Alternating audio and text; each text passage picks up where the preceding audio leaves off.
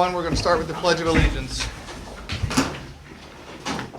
I pledge allegiance to the flag of the United States of America and to the republic for which it stands, one nation, under God, indivisible, with liberty and justice for all. All right. Next on the agenda are the Board of Education norms, which are available in the Board Docs packet. And next is the MSBA monthly report. Welcome to the March edition of the Missouri School Boards Association's Board Report. We begin with a look at the importance of advocacy on the state level. It's critical that board members and superintendents communicate frequently with state legislators about the impact of proposed legislation in your school district. MSBA's spring meeting series focused on advocacy starts with the spring virtual meeting held on March 13th. As part of the spring meeting series, MSBA will host live Lunch and Learn virtual advocacy programs on the 15th and 22nd of March and a final meeting on April 5th. MSBA Director of Outreach, Caitlin Whaley, says that the Lunch and Learn meetings are important lead-ins to Advocacy Day.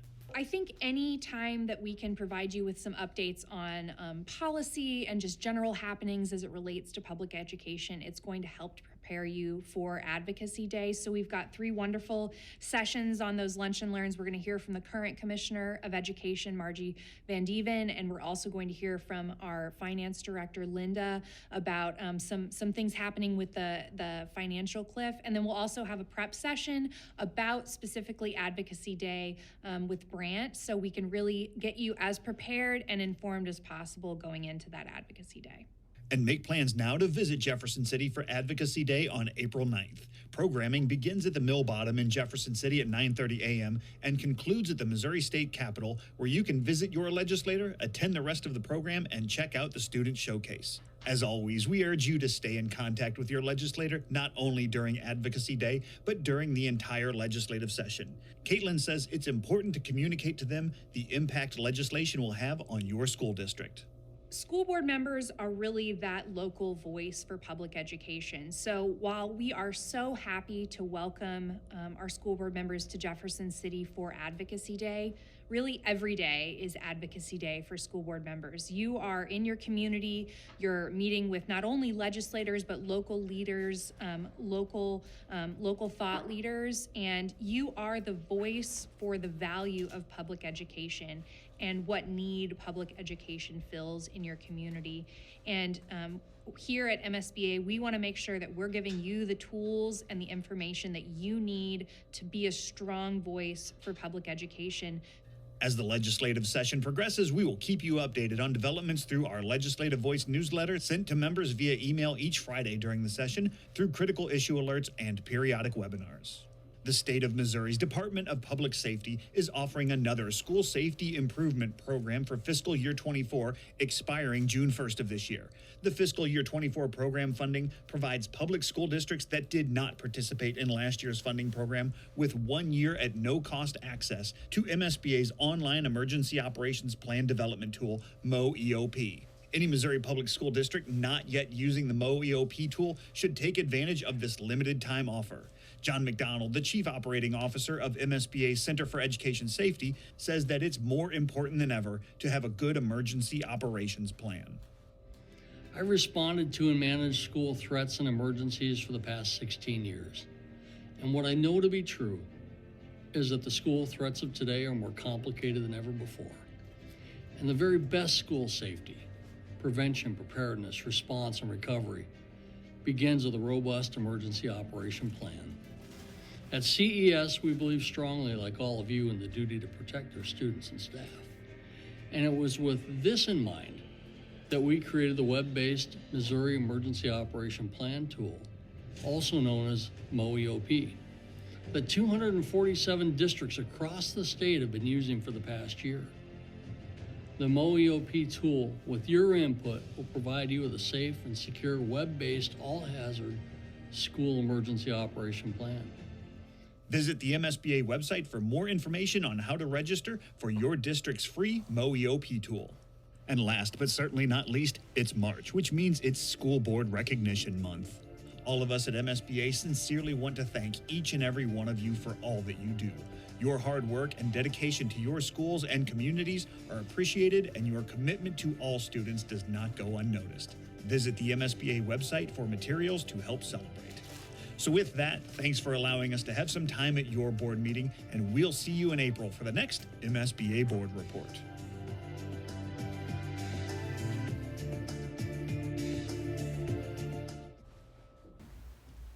Thank you, sir. Next, we have the consent agenda.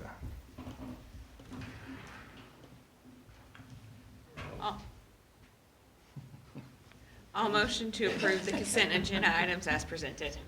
Second. Got it. I have a motion and a second. All in favor? Aye. Any opposed? Motion carries. Next, we have guidelines for public participation. Board members and administrators will listen to concerns and respond when appropriate by mail or telephone at a later date. In order to speak during public participation, a public comment form must be filled out and submitted to the board president prior to the beginning of the meeting. Per policy BDDH-1, public participation at board meetings, the following rules will apply to the public comment portion of the meeting. Public comment period will not exceed 15 minutes. No individual will be permitted to speak more than once during this period. Each speaker will be allotted no more than 5 minutes. Discussion is limited to the items on the posted agenda. All speakers must provide name and address prior to speaking, and if there is insufficient time for everyone to speak, the board will encourage participants to submit their questions in writing and utilize the process for putting items on the agenda. I do not have any public comment cards. Next is the report of the superintendent. Good evening, everyone. Good evening. Good evening. First on my superintendent's report is School Board Recognition Month, which was just mentioned in the MSBA report. Go ahead, Dr. McClard. I'm going to read the governor's proclamation while Dr. McClard hands out some certificates for you. Whereas a system of quality public education is essential to the future of our state and nation, and whereas the people of Missouri have a long tradition of support for public education in their local school districts, and whereas the local school boards are the ultimate expression of the unique American institution of representative government of public school districts, and whereas local school boards acting on behalf of and in close connection with the people of their communities chart the direction of education in their communities, and whereas the local school boards serve as a key community advocate for children, youth, and the public schools. Now therefore, I, Michael L. Parsons, Governor of the State of Missouri, do hereby proclaim March 2024 to be School Board Recognition Month in Missouri. So I want to take this time to thank you. I know our students, our faculty and staff, our administrative team, our cooks, custodians, maintenance, we know how much you put into this school and how much you give back to this school. So we want to thank all of you and recognize you this month for your valued work in public education. Thank you very much. Thank you. Thank you. This right here is our reward, let me tell you. Very much so. And the cookies again. Right. It's good drill. Miss Woodard, yes. Once again, I wanted to mention kindergarten registration has already passed for St. Genevieve Elementary, but is coming up for Bloomsdale Elementary on March 23rd from 8 a.m. to 1 p.m. Please call ahead and schedule an appointment if you have not done so. I'm going to turn these two over to Dr. McClard. All right, so our next one is I'm going to do them together, our MAP grade level assessments and our MAP end of course exams. We are starting testing season. For some people, it was tech season, but we're rolling straight into testing. So the MAP GLA is for our elementary and middle school, and you can see the dates range from April 15th to May 9th. And then our end of course exams are for English 1, English 2, and the ACT as well is on April 24th, and then algebra, biology, and government are April 25th to May 2nd. And I believe that we start our block scheduling on April 19th, and it looks like it runs from May 2nd. And of course, there's going to be more communication with that from, I think the middle school has that, and I think the high school mirrors those dates to kind of help with some of the logistics. And that's all I have as far as testing. The annual school board election will be held in 2 weeks from today. We have 4 candidates, Mr. David Bova, Mrs. Geraldine Diesel, Mr. Mike Wolk, and Mr. Norman Vogt. Next, we have the retirement and recognition banquet, Friday, May 10th, 2024, once again held at the St. Genevieve Elks Lodge at 6 p.m. And then I believe we are on to principals' reports.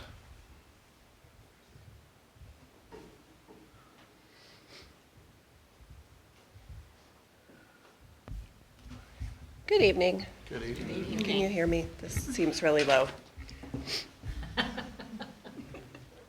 Okay, so at the end of February, beginning of March, we celebrated Read On Missouri Week. Megan Keeker and her team put together all sorts of activities and events for our building. We had dress-up days, we had guest readers. Many of you came into our building and read to our students. They really enjoyed that. Thing 1 and Thing 2 and the Cat in the Hat made appearances throughout the building, and it was just a fun week for everyone to enjoy some literacy. We've already had our kindergarten registration at St. Genevieve Elementary, and we just took a few snapshots of our newest little dragons. They made a red carpet, but it was a black carpet for them because the red clashed with our green and white. So we are right now up to 107 new little dragons at St. Genevieve Elementary. Where were you last year, do you remember? At this time of year, 78. But we started the year with 91. Right. So fingers crossed we found them all. Okay. So on this next slide is just a variety of different things. On the top left is a new tree that was painted in the 2nd grade hallway outside of Sarah Roth's room. She came to me and asked if she could do a kindness tree, and sort of each holiday, like if it's Valentine's, put hearts on it for kind acts, St. Patrick's, shamrocks. We're now at Easter eggs. It's hard to see, but there are a few Easter eggs that have already been put on the tree. So that was just a nice idea that our 2nd and 3rd grade teachers are using right there in that area. We, at the bottom, had the appreciation cart from the First Baptist Church. They came around and delivered some treats to our teachers that, they weren't expecting, but it was a super kind gesture that they appreciated.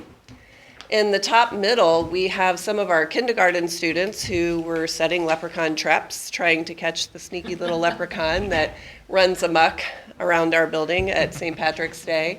And then I just happened to be walking down the hall today, and I caught a note in a different part of the building, and it said, "You think you can catch me? Nice try. Better luck next time." So it's throughout the whole building. We have yet to catch him.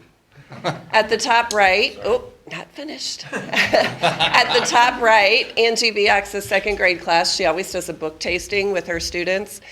She sets up her classroom like a little restaurant, and they have little chef's hats, and she puts out plates, and they get to sample different books and take a look at different books to just get a taste of the books. And at the bottom, we have the 2 different teams that went out on the 2 separate trolleys for the 3rd quarter Power Leader sign delivery. We had quite a good turnout this past time.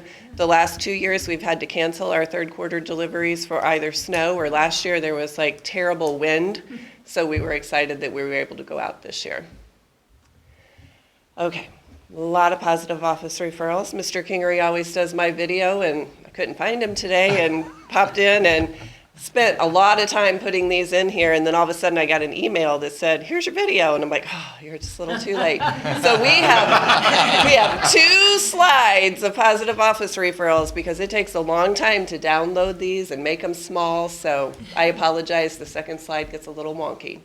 Aiden Brown, Annabella Geck, Bentley Rotler, Blake Rowland, Brinley Schnabel, Brooke Potkin, Broxton Hartley, Bryce Schumer, Camden Kreitler, Carson Capps, Charlie Hilbert, Chase Dunzy, Chase Gulick, Danielle Molina, Dustin Pfeiffer, Easton Grine, Elliot Ram, Ian Rowland, Jace Sonderman, Layla Arnold, Lee Kreitler, Vera Rotler, Maddie McKinney, Monroe Kelly ×2, Dr. Sulcer's class. She successfully defended her dissertation yesterday.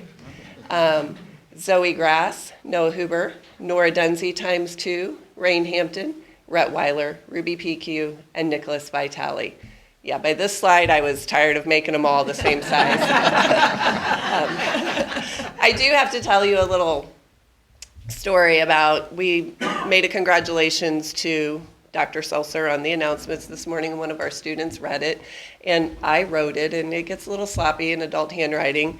And we said we want to officially congratulate Mrs. Seltzer on becoming Dr., and he said Seuss. So we had a really good laugh this morning, and he corrected himself very quickly, but she thought that was very funny. So we have our February and March featured teacher super staff. Our featured teachers were Heather Ehlers and Jonna Beckett. Coral Perkle and Steph and Amelia were our super staff winners. These ladies just had an abundance of nominations, just everything from going above and beyond for their students, doing everything that they can to make engaging lessons. Coral, our paraprofessional in our special education program, she's phenomenal. She goes and she works with all the students, and she does whatever she's asked to do, always with a smile on her face. And Steph and Amelia, they are an amazing tandem in the office, and like they just kept getting nominations every month, and it was so hard to decide which one was going to get it, so we gave it to both of them. So shout out to all four of those ladies. That's St. John Elementary. Thank you. Good evening. Good evening. Happy School Board Appreciation Month. Thanks for all you do. And we have our Teacher of the Month, Paige Nagger, and Staff of the Month, Bailey McClin. And I will second what she said. I know the teachers nominate and write a lot of things about the staff and teachers in our building, but it's the same thing every month. They go above and beyond. Paige has been a great addition to our 5th grade team. She makes it look effortlessly. She works hard, and Bailey's the same way, so that's that. Positive office referrals, Blaine Roberts, Mason Strubinger, Jackson Heberly, Kinsley Strubinger, Colton Barr, Jack Ballou, Iva Wiseman, Lily Hildebrand, and Jaden Brawley.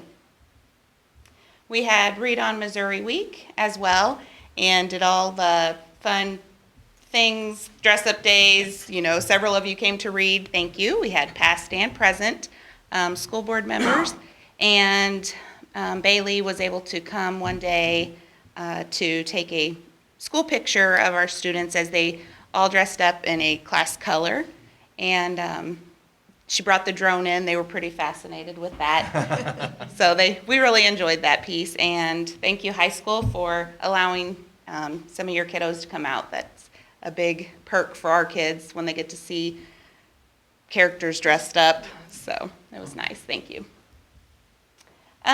Middle school band recruitment.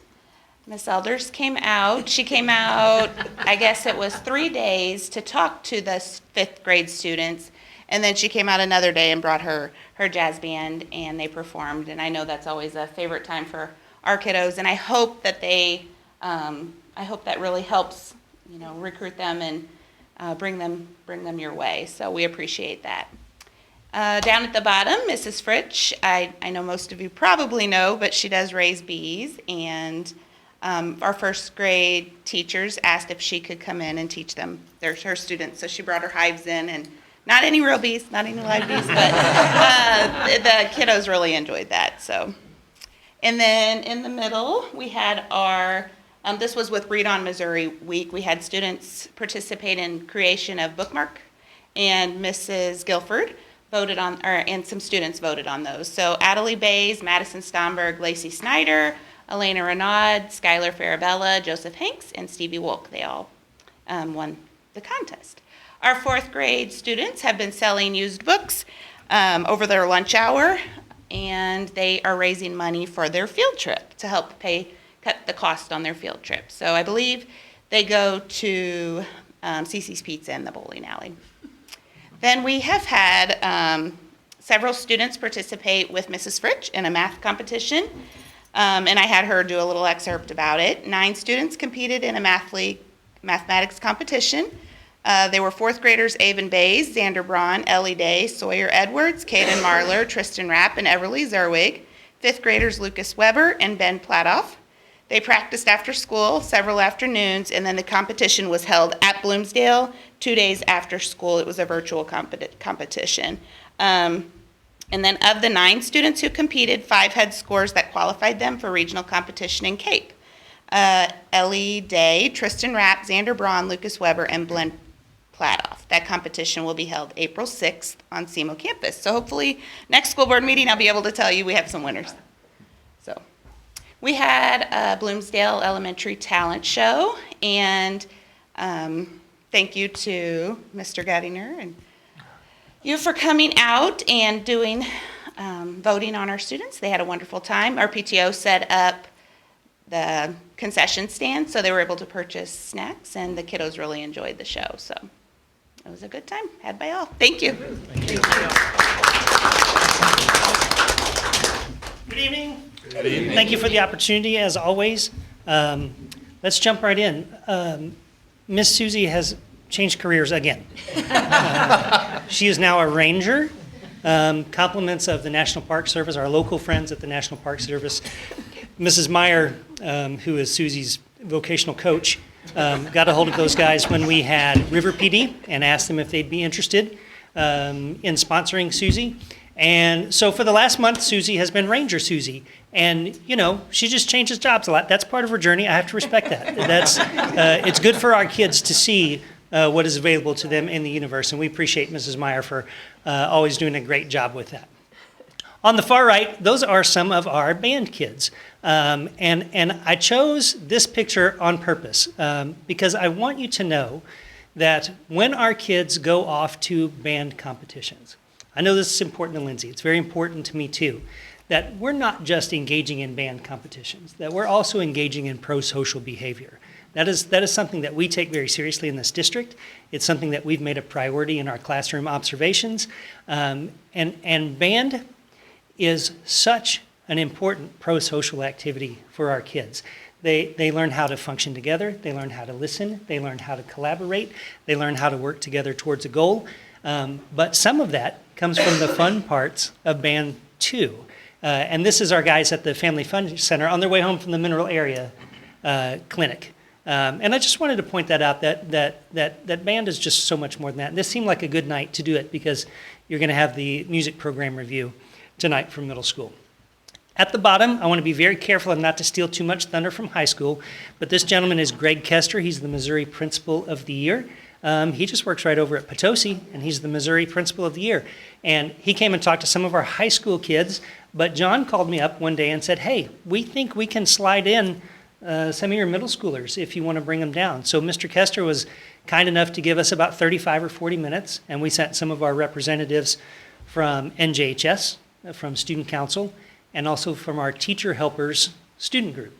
And he talked with them, as I said, for 35 or 40 minutes, talked about his experiences as a Missouri Teacher of the Year, but also encouraged them to take the time to think about important teachers in their lives and how much they have contributed, and challenged all of those kids to write a note to whoever that influential teacher was in their life. And before we left that day, every one of those kids handed me a note to go distribute to the teachers. That was a really fun and exciting way for that conversation to conclude. So we appreciate you including us in that, Dr. Boyd. That was a great experience. Not so much St. Genevieve Middle School, but I do want to remind you on behalf of Mrs. Keim, who is middle school, that you are invited to our art show, and that is Friday night. And I asked Mrs. Keim if there was anything specific she wanted to share with you, and she asked me to let you know that this year there are somewhere in the neighborhood of 375 pieces on display across all different sorts of media. And she was just as thrilled as could be, also busy thinking about how she was going to display all of that with the boards that we have available. But I know she's got a great plan to get that covered. So if you can make it out, I'm sure she would appreciate seeing you there, and the artists and their families would too. Dragons on Fire for this month: Josh Staffen, Liz Sulcer, Owen Williams, Aubrey Worley, Blair Bowman, Gage Garrett, and Serenity Boyer. And I owe you 2 Spotlight members. The first one is from February, and that was Mrs. Jokerst. A very timely nomination for her, as she had just finished helping Dr. McClard coordinate the River PD events. And as you can imagine, that was a whole lot to coordinate. She had a great spirit about it. She was very organized. She kept the rest of us motivated in all of our subcommittees. And so that garnered a lot of recognition from everyone that was involved. But then also you see in the last comment, and just in her day-to-day, she's an amazing teacher. She really takes the time to get to know her kids. And we all recognize that about her. So congratulations to Mrs. Jokerst. And then in March, her teaching partner, Mrs. Pelican, who the younger employees like to say is the mother figure in the building. But I'm so old I have to say she's like my sister. So she's I call her everybody's favorite big sister. And she is just, that picture is just so her. She is a ray of sunshine all the time. You cannot see her without finding a smile on her face. And it's infectious and so important to our building. So we really appreciate Michelle, and we're going to miss her when she retires. Quick preview of what's ahead. Our third round of Wings is coming up on Friday, Polar Plunge over the weekend, and also the Regional Spelling Bee. We talked about Reese Wibbenmeyer last month. This is his opportunity. That'll be at Poplar Bluff, and I'm sure we'll be closely watching our texting chains to see what round they're on and what word are they on, and did he make it, and is he in the cut? And we'll keep you guys posted on that. Grade level field trips next week. Big trips. We're cleaning out the whole building that day and sending kids to the City Museum, to the zoo, and to the Science Center. And when I mean all of them, I mean all of them. Assistant Principals Week, that falls during spring break, but I'm sure we'll find a way to commemorate that. Band trip to St. Louis Symphony Orchestra, and that is Star Wars Episode 10, The Last Jedi. Correct? Yes. And then the same day is the middle school drama production of The Mad Tea Party, and we would love to see you there for that as well. Thank you all very much. Thank you.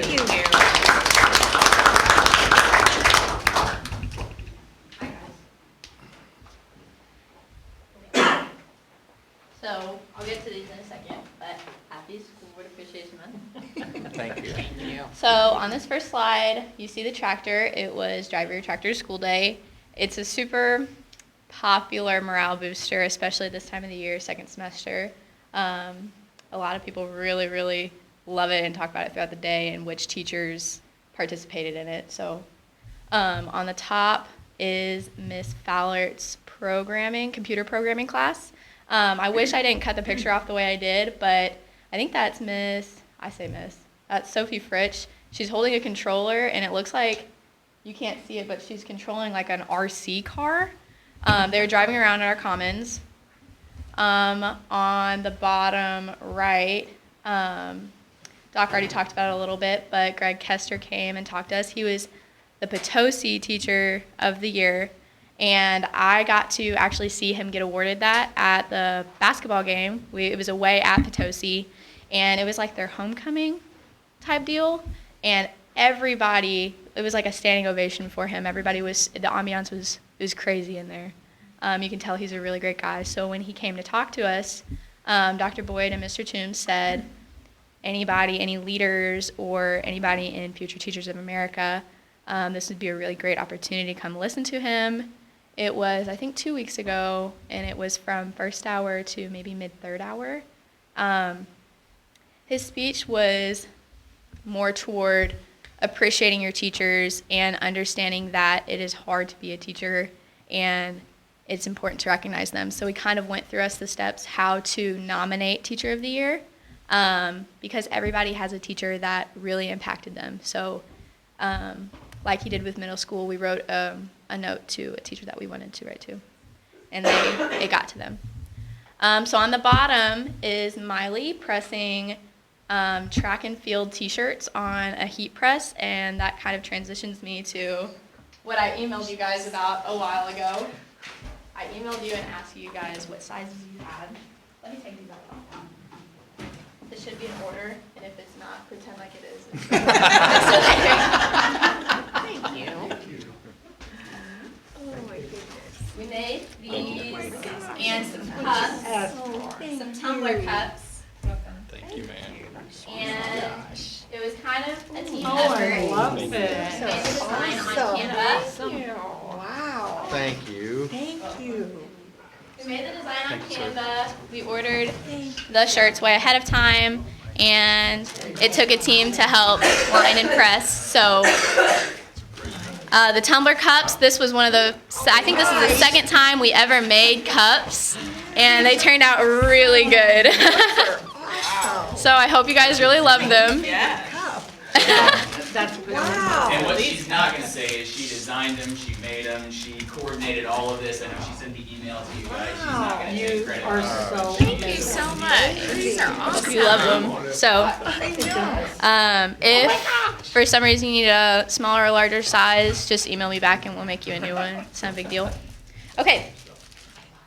We can move on. Okay, so positive office referrals. Destiny, I think it's Fight. Aubrey Joggers, Kiani Johnson, Kale Clemens, Kennedy Bowen, Chloe Staffen, Carly Bowman, Frankie Whittu, Anna Fisher, Trenton Weber, Oliver Johns, Matthew Martin twice, Penny Yang, Annalise Figge, Kaylin Warren, Madeline Shuffler, Tessa Hager, Chloe Terillian, Alex O'Brien, Taylor Armbruster, Caitlin Jarvis twice, Caitlin Mall, and Lillian. For our Elks Student of the Month, it's Sophie DeRouche, and for our Rotary, it was Dalton McBride. Okay, so as you can see, I didn't get the choir picture, but we'll get to that in a second. So for Jelly Beans, we had North County and Farmington come to the PAC and perform. It was, I think, through 4th hour, and it was just an amazing day.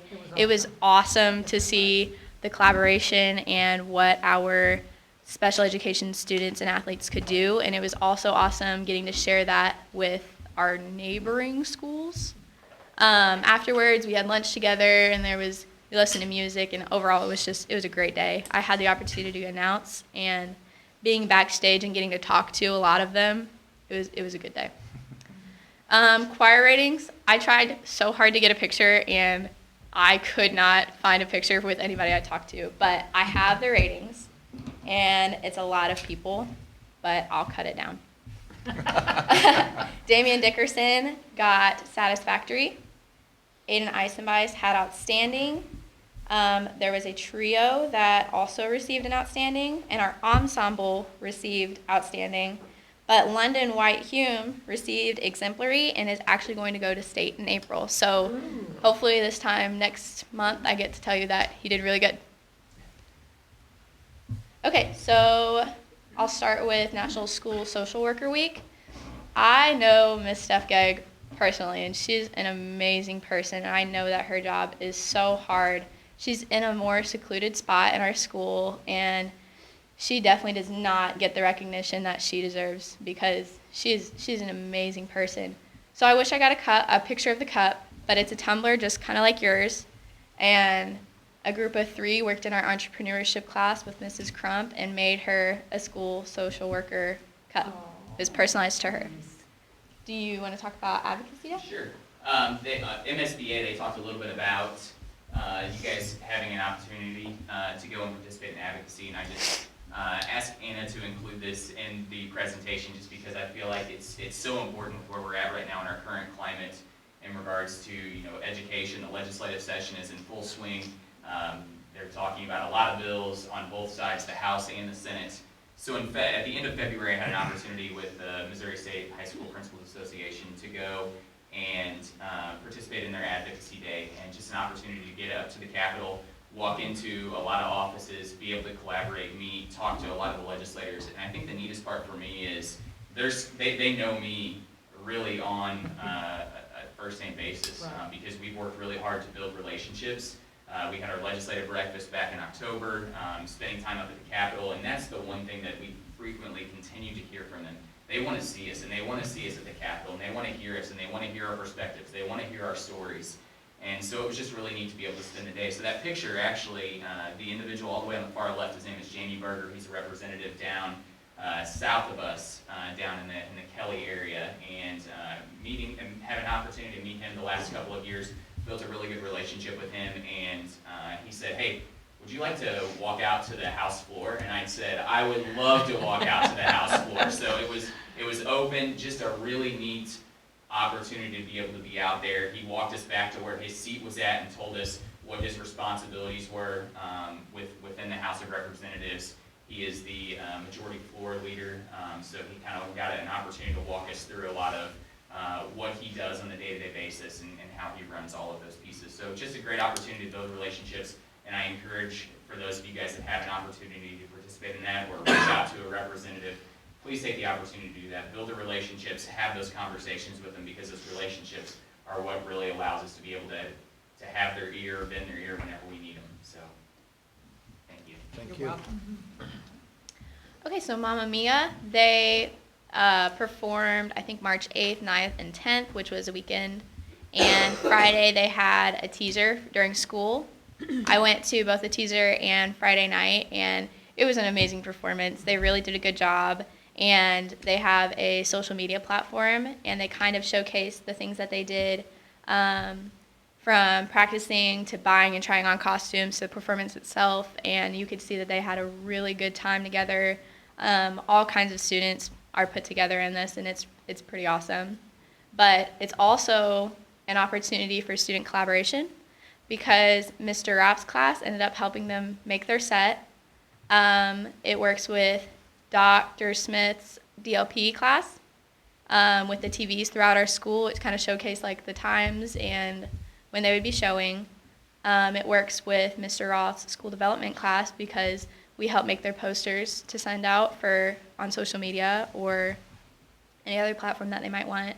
And then Mrs. Crump's entrepreneurship class, we made their t-shirts. So it's all kinds of students that get to come together and help make something possible. So it's awesome to see. So winter sports, there was a lot from last month to this month, but their season is over. Boys basketball ended up winning districts, and they went to Park Hills Central for sectionals, and they ended up losing, but not anywhere near as much as they did during the season. Girls basketball was 13-5. They played a really awesome fight. Their season was super fun to watch. And then wrestling boys was 8-3, and girls was 10-0. But the Emeralds ended up getting, I think, second in state. So that was super exciting for our Emeralds team. On to spring sports, it's just now getting started.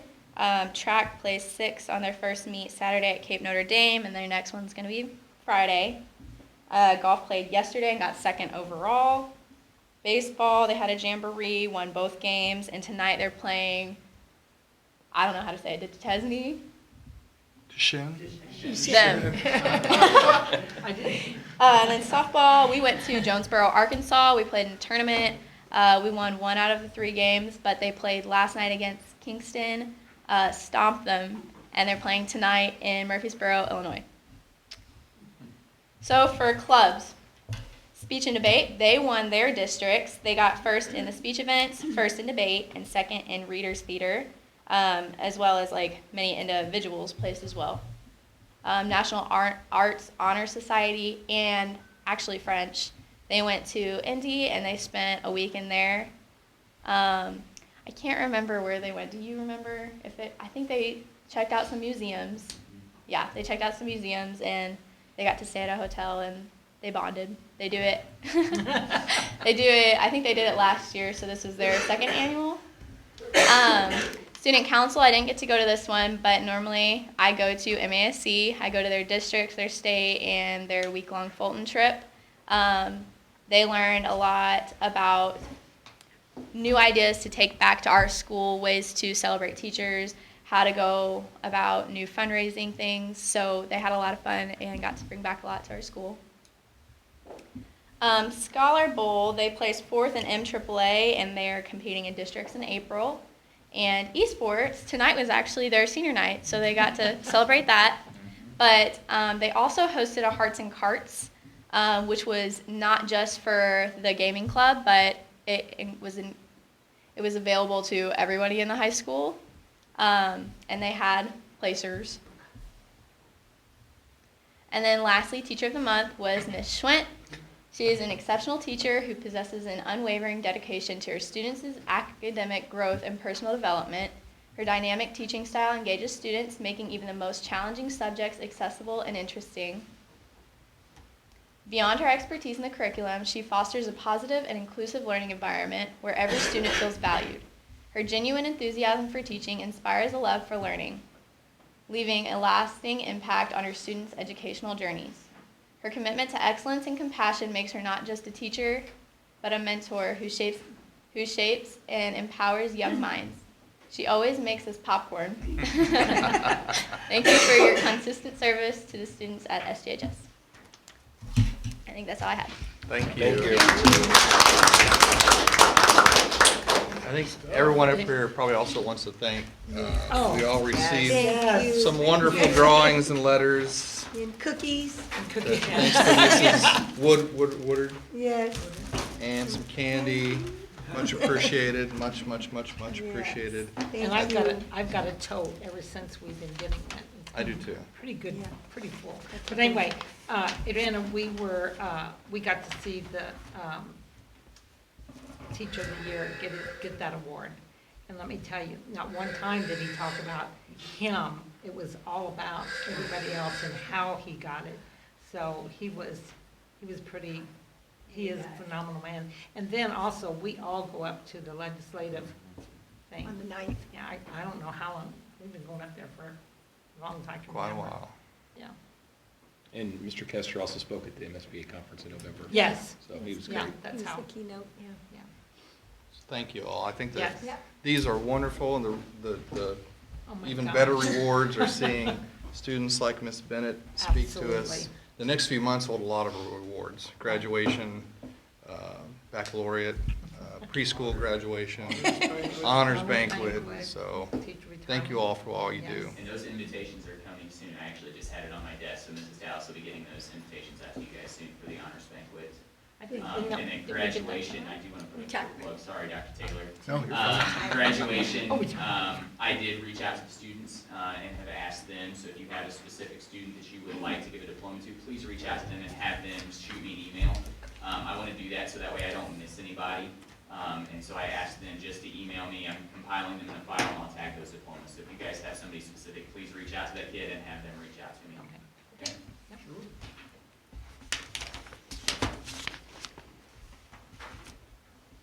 Anything else, sir? To finish up my report, you will see some safety reports in your packet. And that's all I have. Thank you. On to unfinished business, and the first item is middle school band instructional program presentation.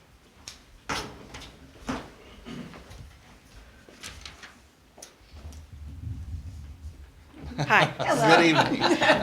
My name is Lindsay Elders, and I'm going to talk a little bit this evening about my most favorite thing in the whole world, band. I teach gotta just look at you to do the slide. Is that how we do it? Okay. There's my band family.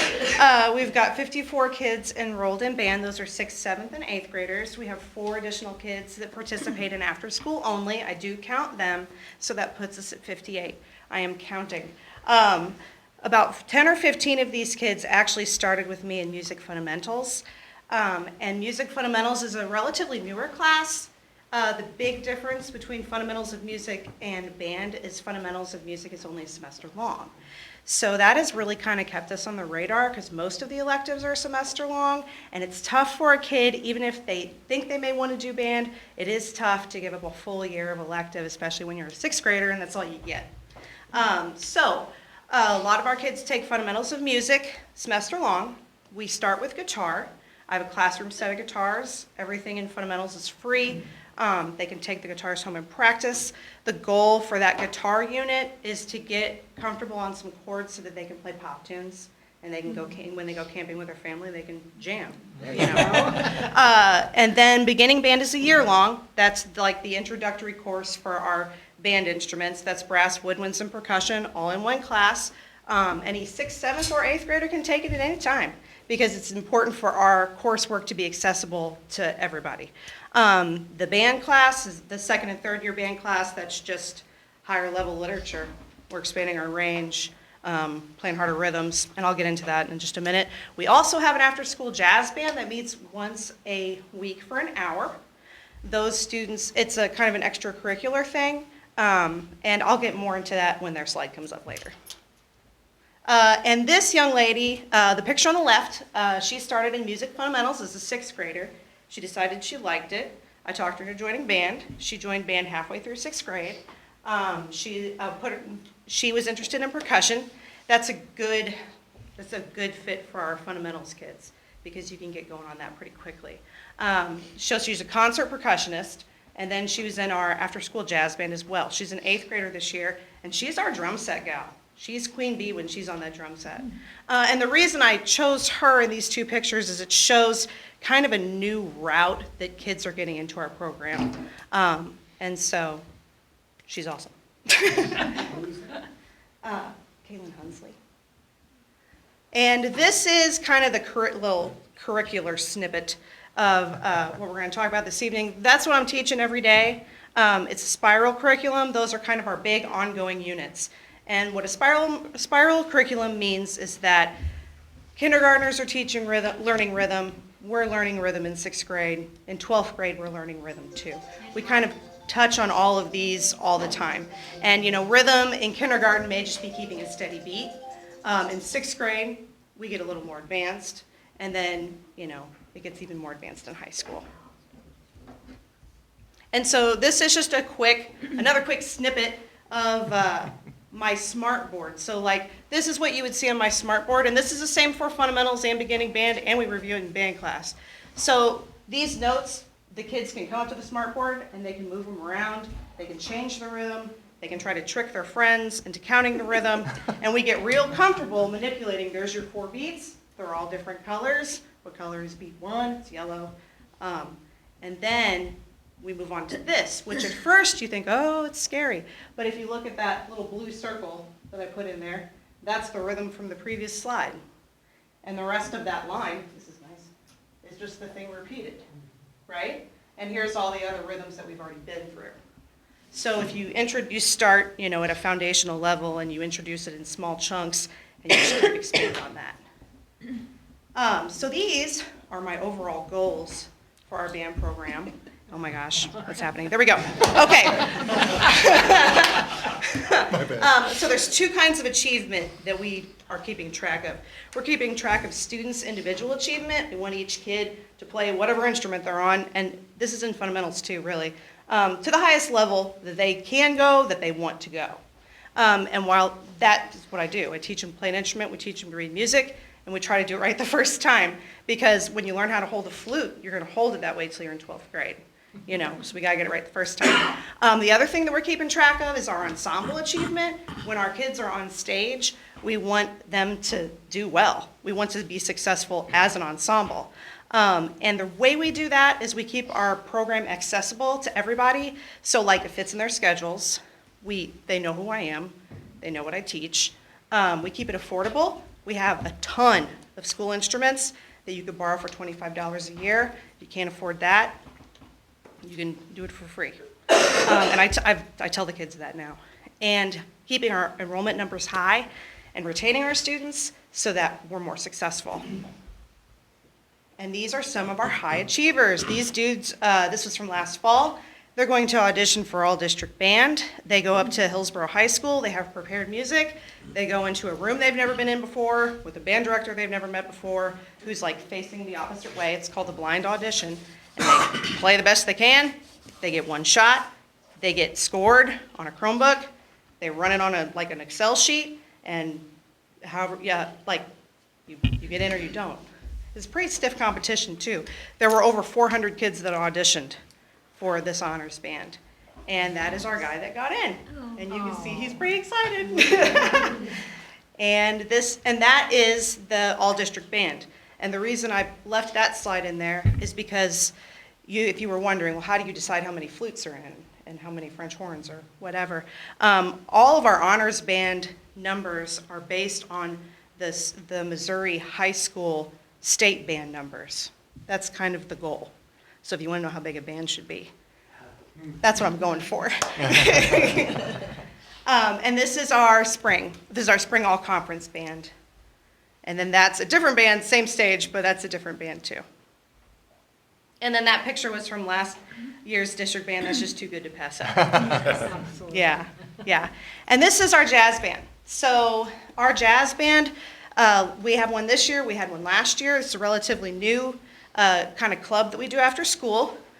Most of these kids are on secondary instruments. Our rhythm section is doing drum set. Some fundamentals kids come in there and they learn bass. Those two of those saxophone players you're looking at are clarinet players, and they're playing school instruments for pretty much for free because it's our second instrument. And we got 5 outstanding musicianship awards last year. We went to MAC Jazz Fest and we went to North County Jazz Fest. We got incredible compliments on our piano player, who was a 6th grader. We had incredible compliments on our bass player. And on one of the clinicians' tapes, he said, "I would have never believed that this ensemble only practiced 1 hour a week."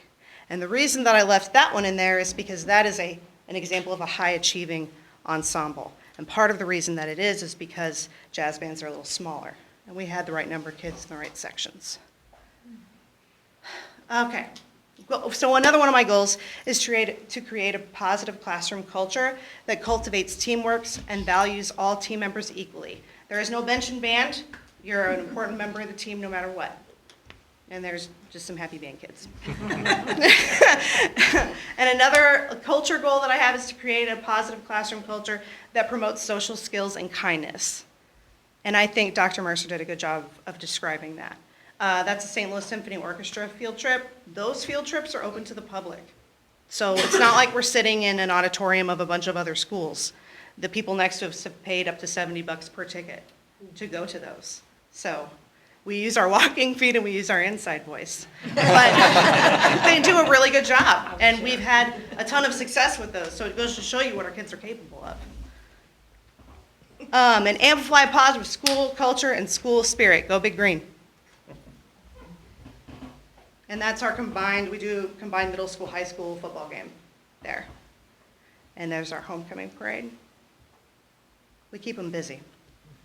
Another goal is to keep the arts culturally relevant, create meaningful real-world experiences that motivate and inspire current students and attract new ones, and to promote music education in St. John and in Southeast Missouri. We take them up to the symphony. This was something new that we started. You know, I talked about that spiral curriculum earlier. What's actually kind of wild is that almost continues to the symphony because they are still playing a B flat is a B flat on trumpet, whether you're in St. Genevieve or if you're on the stage at Powell Hall. It's the same thing. And it's important for our kids to be exposed to professional musicians playing the same instruments they are. And it's culturally accessible, because who doesn't want to see Black Panther? Yeah, and that's a beautiful picture of the Stifel Theater. I stole that off the internet. But that's where, Stiefel Theater. That's where we're going right now, because Powell's under construction. And that's our kids waiting to get in to see Home Alone. And I just love that picture. It just captures the energy of that age group. This is Mineral Area Fine Arts Academy. This is MAC Jazz. They have a community jazz band over there. They have the MAC Kicks band over there. And we are in constant contact with the activity going on at Mineral Area College and the Fine Arts Academy. The St. John National Park Service this August was like, hey, we've got the National Park Ranger Band from Louisiana, New Orleans, Louisiana. They're going to come up here. Would anybody be interested? And I was like, yes, we would be very interested. The plan was to go to one of the historic homes, but it was when we had that crazy heat wave. So we brought them here, which I think actually ended up being a wonderful thing because they saw our facilities and they saw the Performing Arts Center. And I said, well, come back again and we'll get more kids in front of you. So that was a cool opportunity. And then we're on the home stretch. Instructions from clinicians.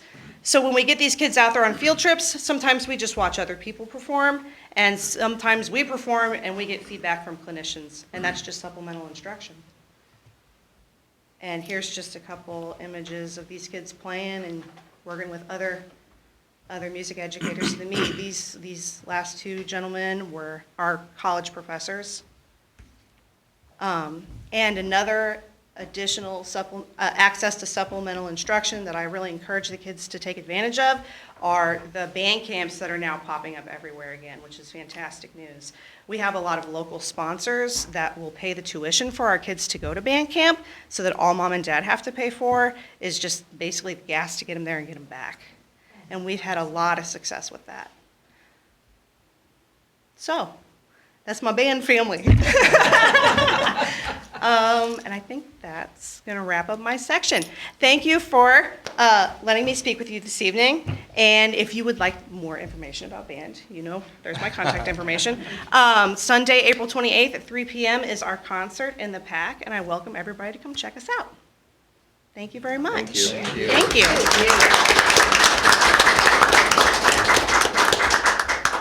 Lindsay, your passion is phenomenal. Yes, absolutely. And then, thank you. And then Michelle couldn't be with us this evening. She's at honors band. She has about a 4-minute video and some slides after that. Good evening. My name is Michelle Jokers, and I am the choir director for both the middle school and high school. I apologize for not being there tonight. I'm actually away with the high school for the MAAA conference choir event. What I'm going to do is tell you a little bit about what we do in the middle school. Every day we start with sight singing, and we use Sight Singing Factory to help us learn how to read music. And we also have books in the classroom that help us read music as well. It's important for them to know how to do this because in high school, if they want to audition for all district choir, they have to sight read to as a portion of the tryout event, as well as sing a piece of music in Italian. Each semester we also have a choir concert. In the fall, it's our Christmas concert, and in the spring, it is our spring concert, aka Pops concert. Each semester, the students get a choice and a chance to pick the music that we sing. We use J.W. Pepper website so the students can hear a variety of pieces. I usually guide them in different genres that they can choose from. At Christmas time, it's typically traditional music, Christmas music, and then they get to choose a more poppy Christmas piece that they want. But we take a day or two where we listen to different selections on J.W. Pepper, and then we make us put it in a Google Doc, and then at the end of the 2 days, the students vote on what they want to sing. We do the same thing in the springtime with the Pops concert. That's just traditionally all the pop music that they choose from, and then again we vote and they choose what we want to sing. So we work on all of these pieces daily. We rehearse them as well as do our sight singing and our warm-ups and different events like that, or different activities like that. Let's see here. In the fall, we also have our Mineral Area Junior High Activities Association Honors Choir, where we send 4 students from each section, so soprano, alto, tenor, bass. We have 16 students total that represent St. Genevieve. They usually choose music that the clinician chooses music that we sing. It's typically traditional music from the classical period, maybe a musical pop music selection, or something from a musical theater. So they have a wide variety of music that they sing through that. And again, they work with a clinician for that. St. Genevieve has hosted this event, as has Central High School and some other schools. And then in the springtime, we also have the East Central Honors Choir, where again, we send 16 students from St. Genevieve to represent our school. And they again work with a clinician, but they sing with schools in the whole East Central area. So that one is really intense, and it's pretty exciting to see our students really flourish in that event. Let's see, we also have at the end of the year a reward that we go to City Museum. In the past, we take a field trip to City Museum. This year I'm also looking at maybe going to Urban Air, but it's just a way to celebrate everything that we've done this past year and all of the kids' hard work. In choir, we really strive to be a family, and students really feel welcome in our group. They feel that they belong there, and we are very inclusive. We include everybody. That's just a little bit about choir, what we do. Now you're going to see a little presentation that I've put together and a few warm-ups that we've done with some of the clinicians who've come in to work with us, as well as a little video. You don't have to watch the whole video because I think it's about 4 minutes long, of one of the pieces we did at this past honors choir in February. I hope you enjoy. Bye.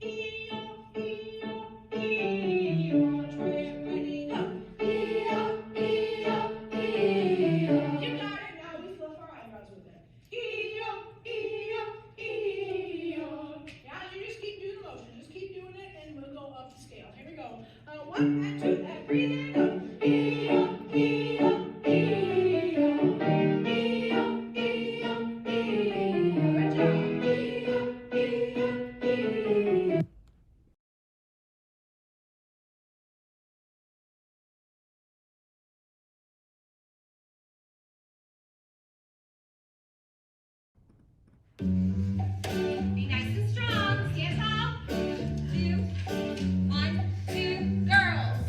My life has been a series of doors in my face. Energy. And then suddenly I bumped into you.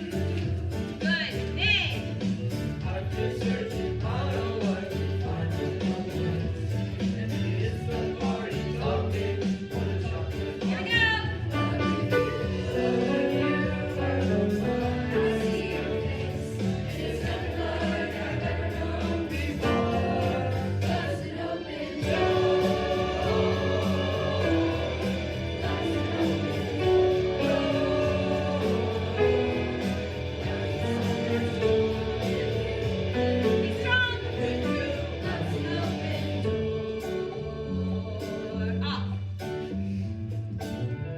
Okay, we're having fun here. 1, 2, big. I mean, it's crazy. What we finished all the sandwiches. The roses. I never met someone who thinks so much like me. Jinx. You can't promise a secret.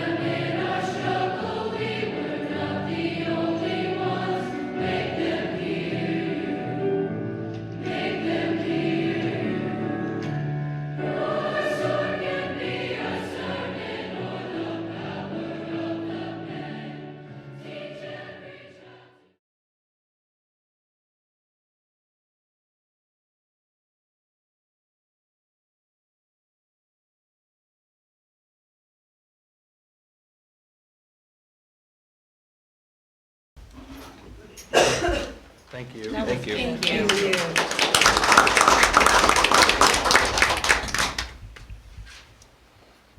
All right, next up is the Prop SG update.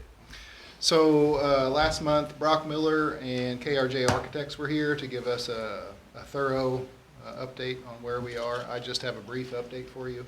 Dr. Mercer, you may be able to speak to this a little better than I can. The elevator was installed, should be done by Friday of this week. The crews are working on paint touch-ups, finishing the flooring. They anticipate an early April punch date with occupancy sometime in April. So they hope to turn it over to the middle school teachers and administration and students in April.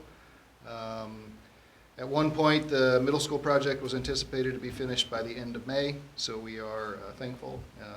They've done a fantastic job keeping it to schedule. Dr. Mercer, would you like to say anything? So we'd just like to add that part of our preparations for taking control of that addition is also making sure that we're supplied with furniture.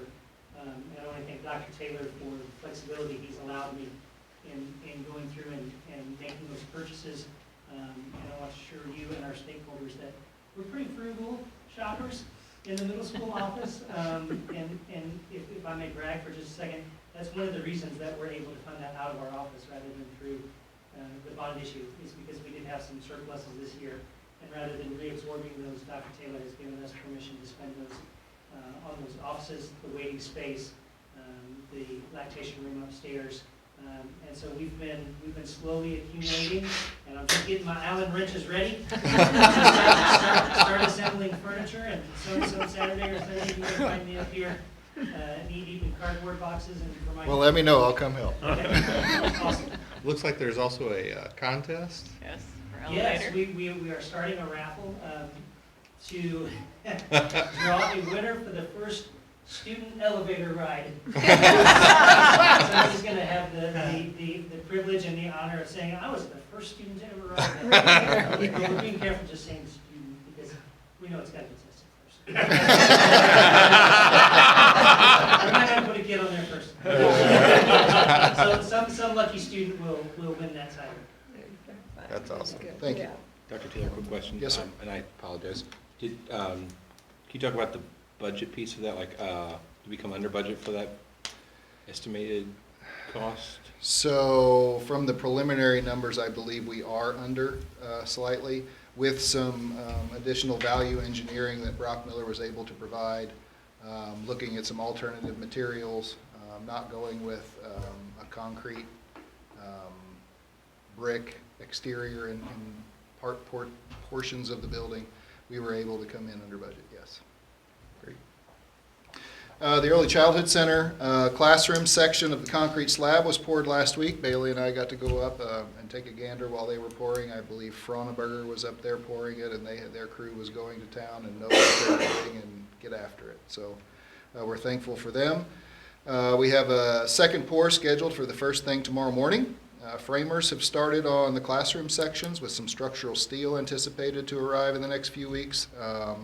The weather cost crews about 5 days so far on this project. You know, out of the blue, you have 60-mile-an-hour winds and then some sleet. And then it's 70. And then it's 70.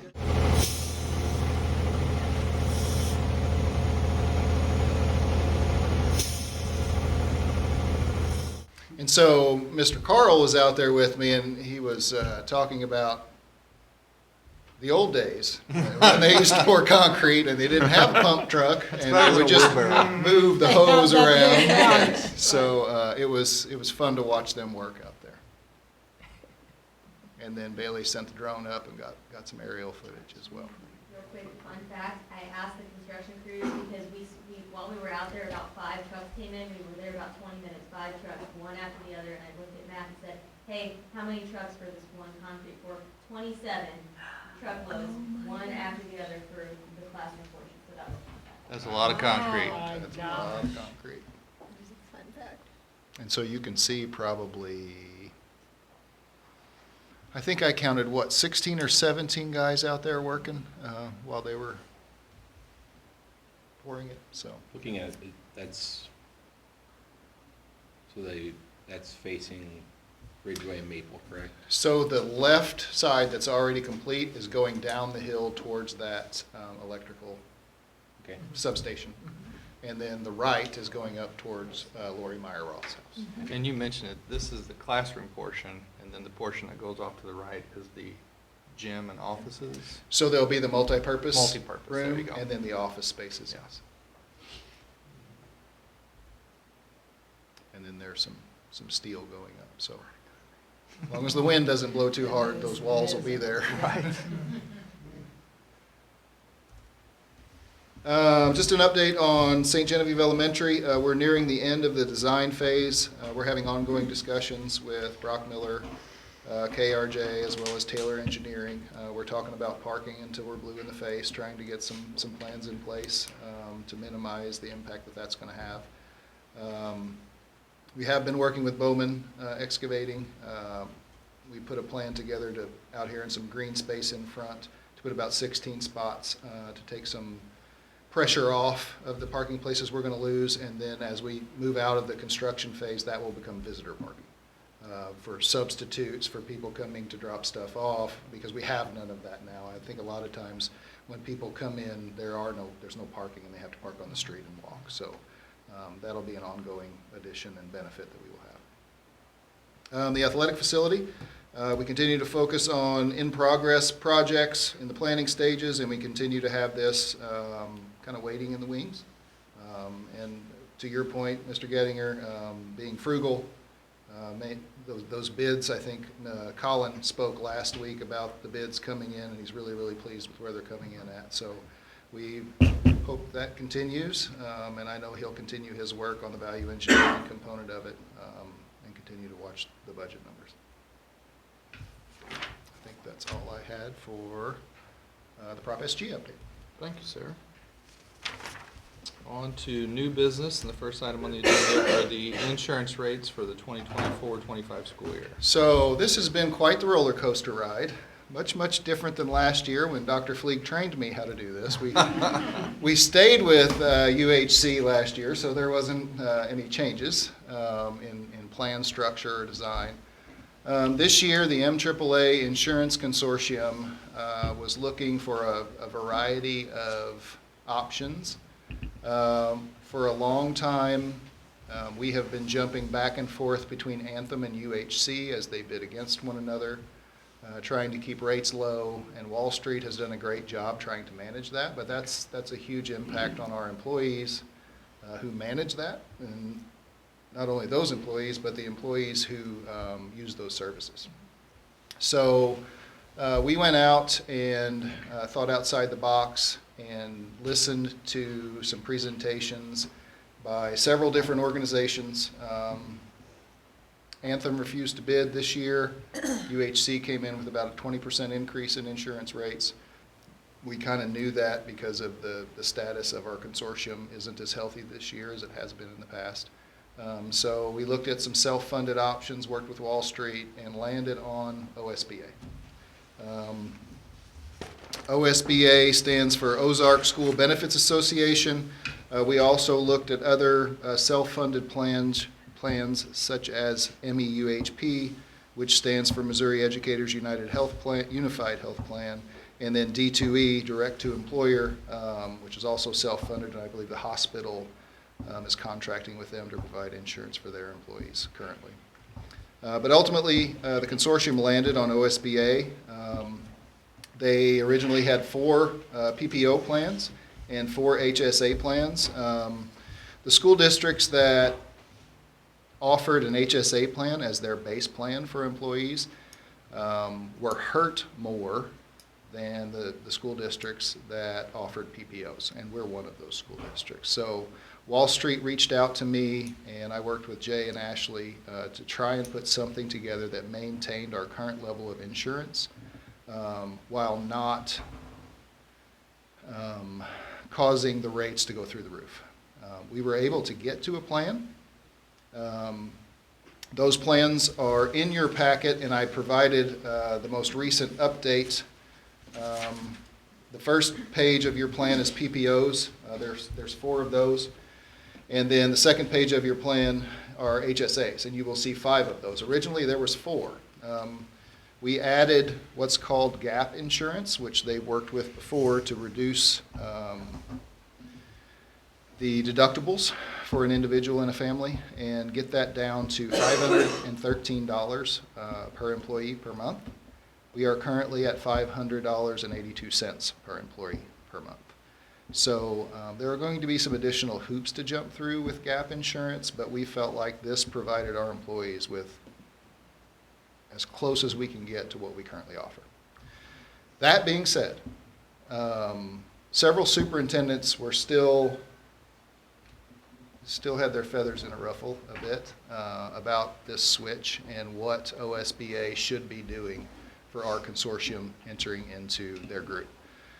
So they continued to work with them. I got a call this morning from Wall Street, and he said that they've been working with OSB to try and provide the exact plan that we have now, which is the core plan, I believe.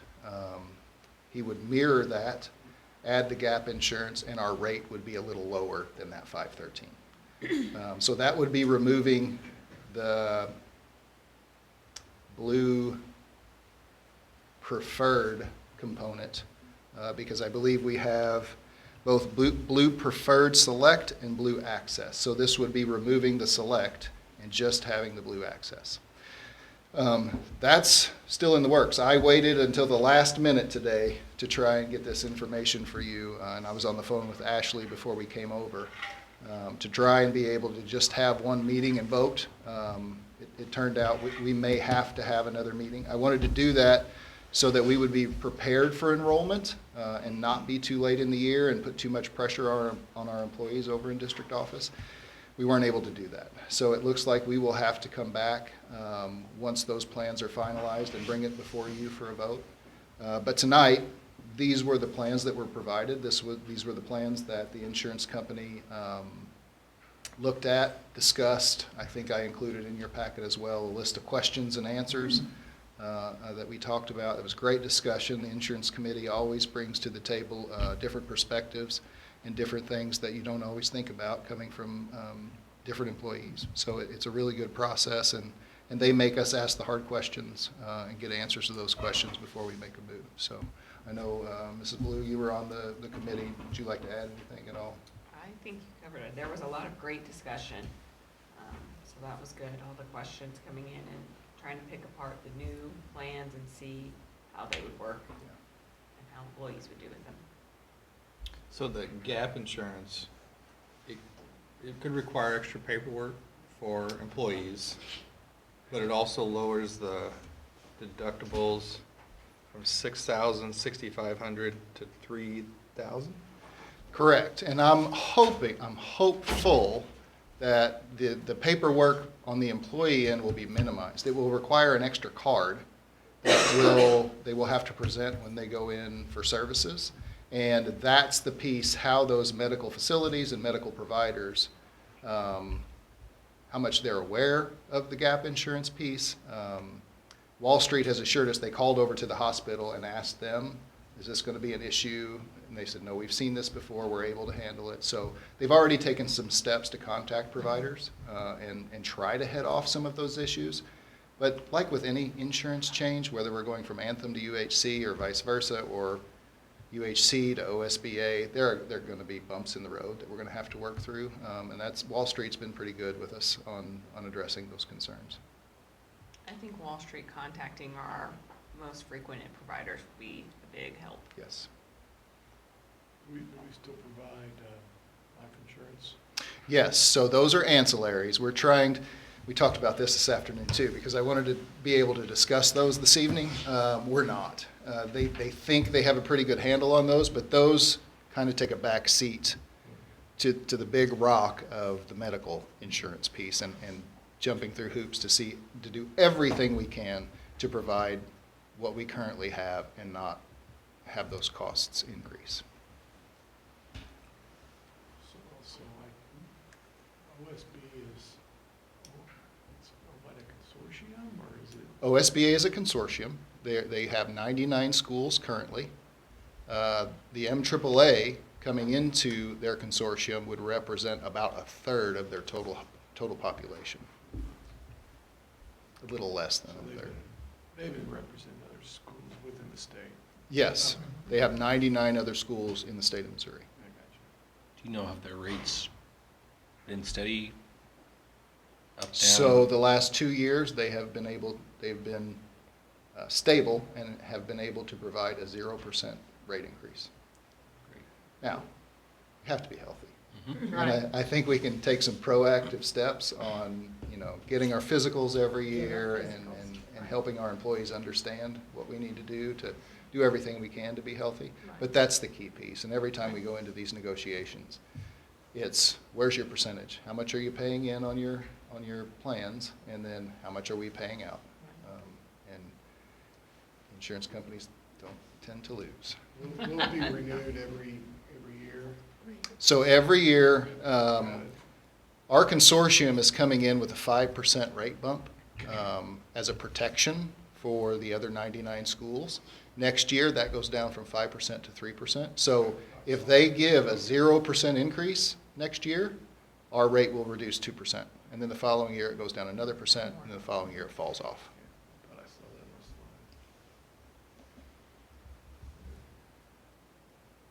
So we talked about different ways to do this. Ashley suggested that we go ahead and this was my recommendation before those changes were made. We go ahead and I would make the recommendation and you all vote on it, either to approve it or not to approve it. And then when those new plans come out, I'll communicate with everyone, and we may have to talk about having a special meeting, or I don't think it can wait until next month due to the enrollment pressure.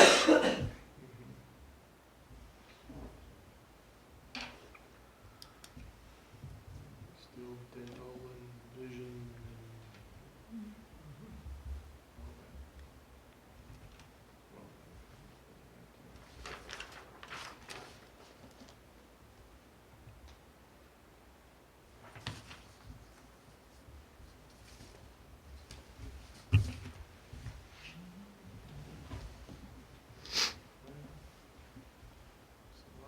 I motion to approve the health, dental, vision, and life insurance rates. I think we're gonna try to table it. Oh, so, but you said we gotta. I don't, we're not. I talked to Ashley this afternoon, and we're going to go ahead and move forward, yeah.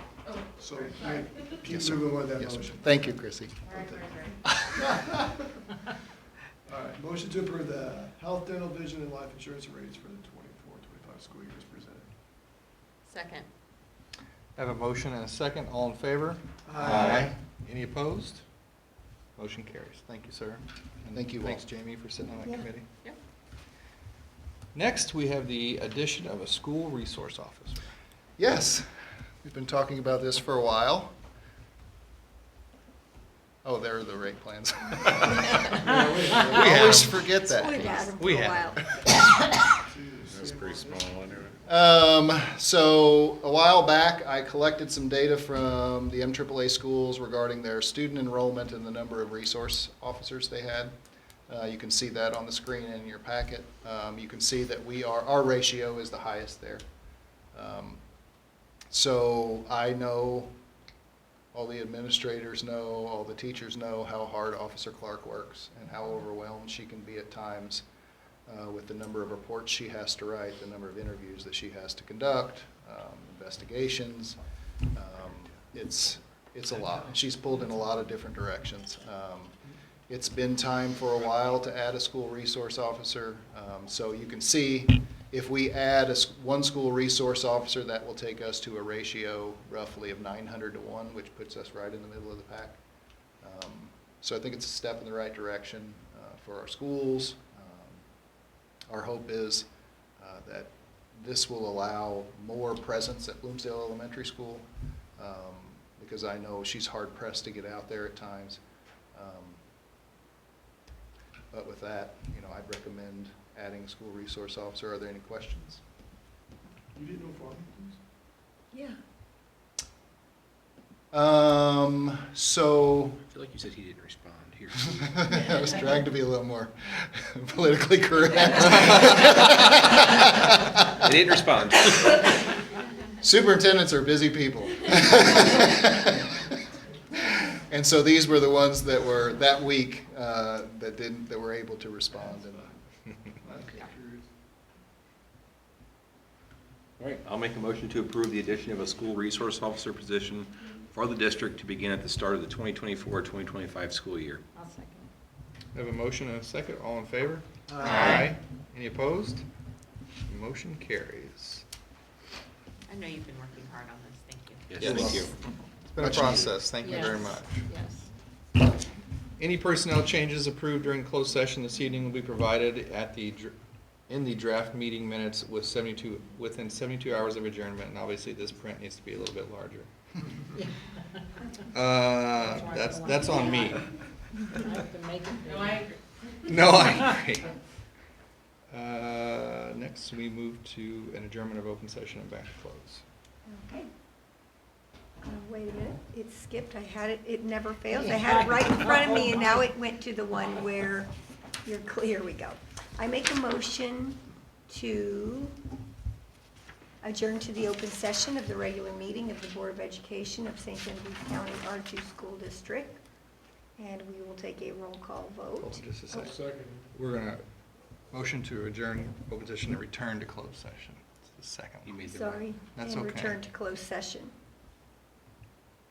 And Mr. Bosler, no, sorry, I'm gonna Jerry's gonna make the motion with Eric Balsler making the second. And Jamie Baloo, Yes. Eric Balsler, Yes. David Bova, Yes. Jerry Diesel, yes. Josh Gettinger, Yes. Jim Kirschner, Yes. Martha Reesinger. Yes. All right, 7-0. Thank you all Thank you very for coming. much. Thank you. Thank you, guys. Thank you for